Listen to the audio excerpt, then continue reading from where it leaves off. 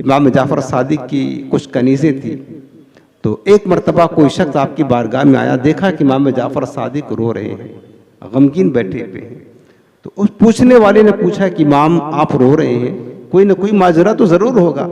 آپ نے فرمایا کہ ہاں ماجرا تو ہے، میرے بیٹے کا انتقال ہو گیا ہے۔ ظاہر سی بات ہے، بیٹا فوت ہو جائے تو باپ کا دل تو آزردہ ہوتا ہے، لیکن فرمایا کہ بیٹا انتقال کر گیا لیکن بیٹے کی موت پر نہیں رو رہا ہوں۔ پھر اس نے پوچھا کہ کیا بیٹے کی موت سے بڑا کوئی صدمہ ہے؟ کہا ہاں۔ پوچھا کہ کیا ہے؟ فرمایا کہ بات یہ ہے کہ میری جو کنیزیں ہیں میں نے انہیں منع کر رکھا تھا کہ چھت پر چڑھا نہ کرے، بے پردگی ہوتی ہے۔ آج ایسا واقعہ پیش آیا کہ میرا ایک بیٹا رو رہا تھا تو میری ایک کنیز نے گود میں اٹھایا اس کو بہلانے کے لیے تاکہ چپ ہو جائے بچہ، چھت پر لے کر کے چڑھ گئی۔ بچہ تو چپ ہو گیا، جب واپس اترنے لگی تو اچانک میں اس کے سامنے آ گیا۔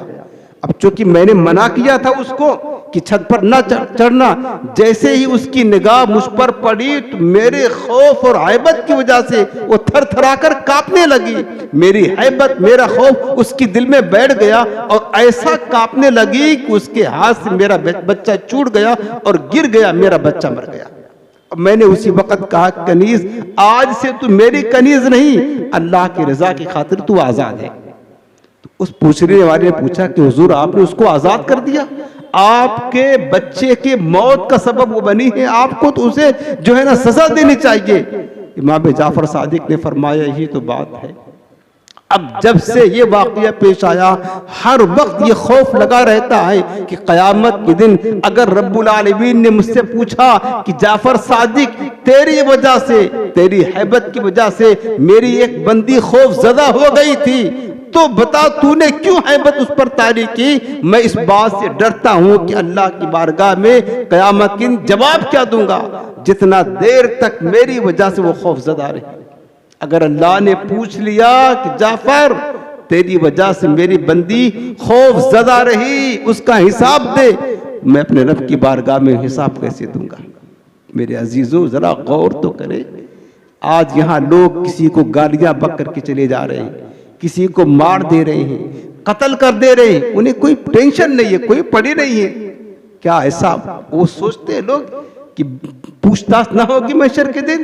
کسی کا مال کھا کر کے بیٹھ گئے، کسی کے قرضے دبا کر کے بیٹھ گئے، کسی کی زمین جائیداد پر تم نے قبضہ کر لیا، کسی کو گالیاں بک دی ہے، کسی کا حق تلف کر لیا، اپنے بہنوں کی وراثت میں حصہ تھا جو باپ کی ملکیت میں اس کو دبا کر کے بیٹھ گئے۔ کیا سوچتے ہو یہ معاملہ حقوق العباد کا ہے؟ کیا ہم اللہ کی بارگاہ میں پوچھے نہ جائیں گے؟ اللہ رب العالمین ہم سے سوال نہ کرے گا؟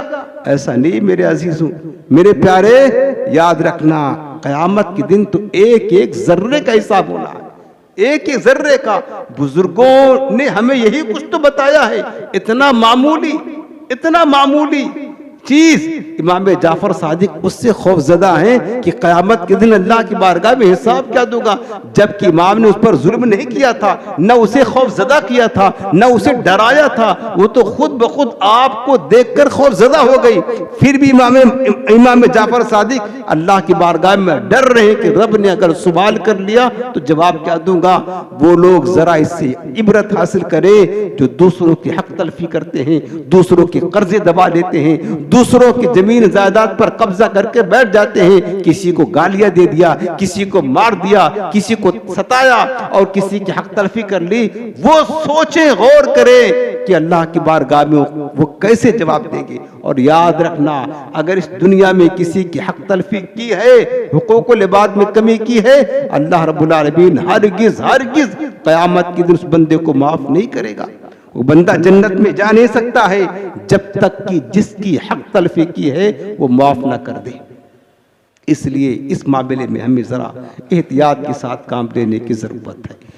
امام جعفر صادق کی سیرت کے چند پہلو، چند گوشے اپنی نصیحت کے لیے ہم نے عرض کیا کہ ہمیں اپنی زندگی سنوارنے کی ضرورت ہے۔ ہم یوں زندگی گزارتے جا رہے ہیں، نہ اللہ کی خشیت دل میں ہے، نہ اعمال صالحہ کرنے کی طرف ہماری توجہ ہے، نہ دل چاہتا ہے، نہ حقوق العباد کا کوئی خاص لحاظ اور پاس ہے، بس ہم یوں زندگی گزارے۔ مرنا تو ہمیں بھی ہے پیارے، مرنا تو ہمیں بھی، حساب تو ہمیں بھی دینا ہے، جنت میں ہم کو بھی تو جانا ہے۔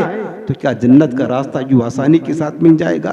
نہیں، ہمیشہ حقوق العباد کے معاملے میں اللہ سے ڈرتے رہیں کہ ہماری وجہ سے کہیں کسی کا حق ہمارے ذمہ پر تو لازم نہیں ہے، اگر ہے اسی دنیا میں معافی تلافی کرا کر کے اس کو کلیئر کر لے، ورنہ مرنے کے بعد پھر کوئی راستہ نہیں رہے گا اور آخرت میں پھنس جائیں گے۔ اس معاملے میں ہمیں توجہ دینے کی ضرورت ہے اور اپنے اعمال صالحہ کے ذریعہ سے اپنی زندگی کو خوبصورت بنانے کی ہمیں ضرورت ہے۔